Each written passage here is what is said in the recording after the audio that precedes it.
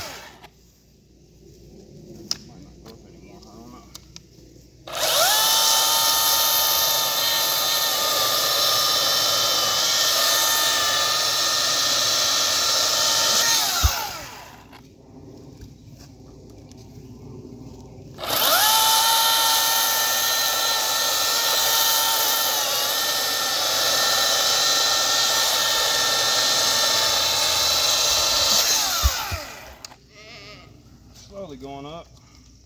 Mm-hmm.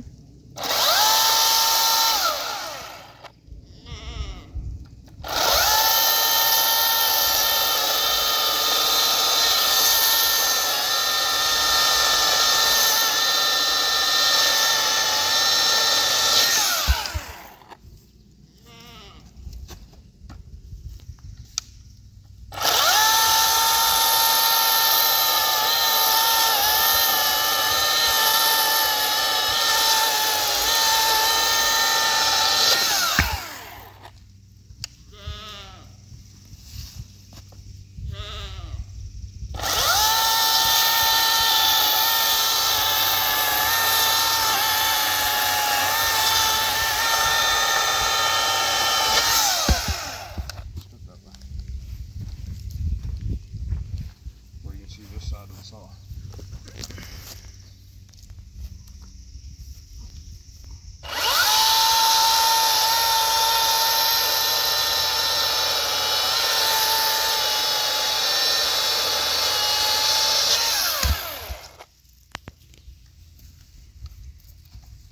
Over here. Keep cutting and follow. Over my. Yeah, thank you. You're welcome.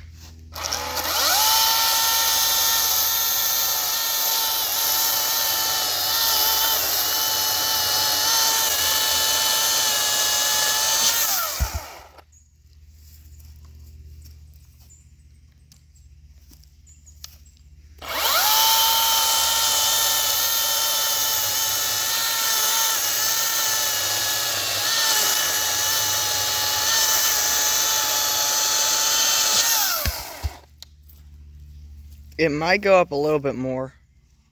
It's slowly going. You look at the gap on the face cut. Yeah. It's going up just barely.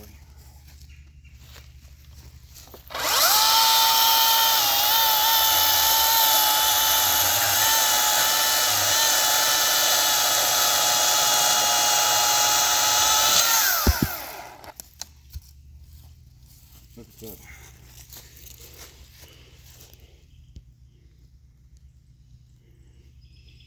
Down here.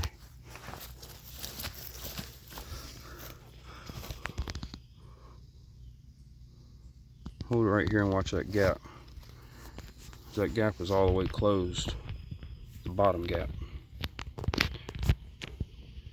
That gap on the bottom.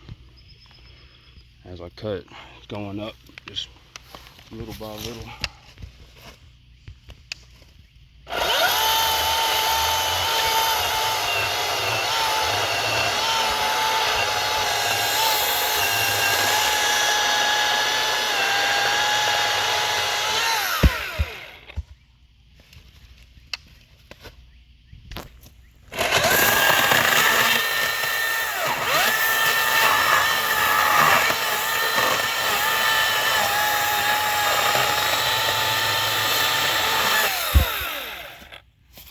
See how it's opening up? Mm-hmm.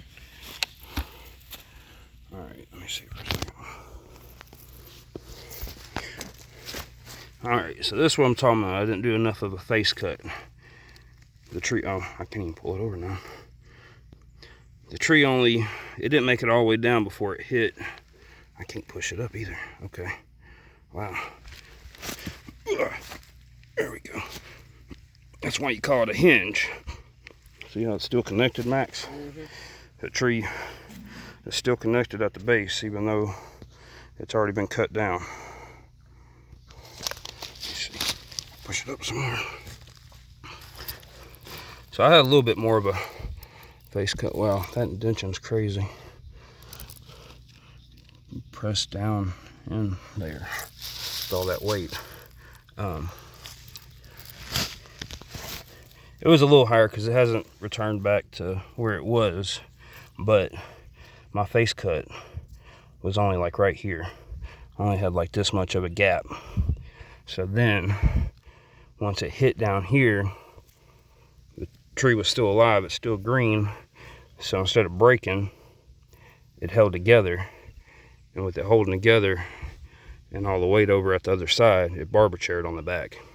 So I should have, when you do your face cut, you should cut a lot more of a steeper angle. You want to cut it enough where the tree can, your hinge will still be connected, and the tree can fall all the way over and hit the ground. Like I said, this, it fell a couple inches and it caught and barber chaired. If I would have cut it, if I'd have made a cut here a lot higher, it could have fell all the way over before the tree could have hit the ground before this closed all the way up, and it wouldn't have barber chaired.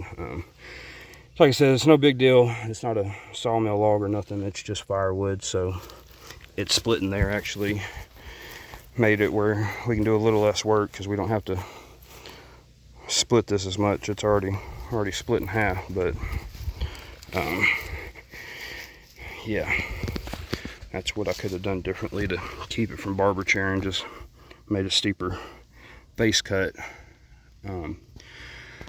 But never had that happen before, which I usually make a steeper face cut, but it wasn't a big tree, it's firewood. I wasn't worried about it. But I did learn a little lesson there.